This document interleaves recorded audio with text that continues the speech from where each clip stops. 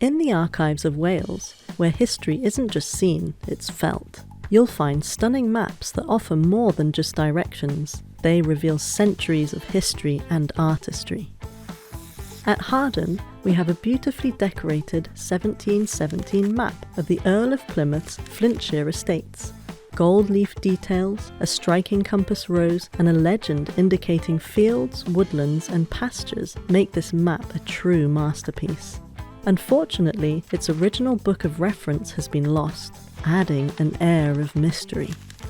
Meanwhile, the National Library of Wales holds the earliest printed map of Wales, Cambry Typus, compiled by Humphrey Llwyd in 1568. It captures Wales with impressive accuracy for its time. Nearby, John Speed's 17th century map of Wales dazzles with intricate cartouches and coastal illustrations.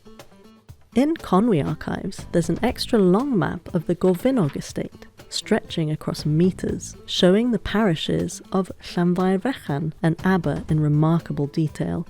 Pembrokeshire's Bush Estate maps from 1772, drawn by Thomas Lewis, are equally detailed, adorned with small drawings of ships along the coast. These maps, now digitised, are best appreciated in person to truly experience the artistry, colours and tactile details. Visit your archive service today to explore local history firsthand.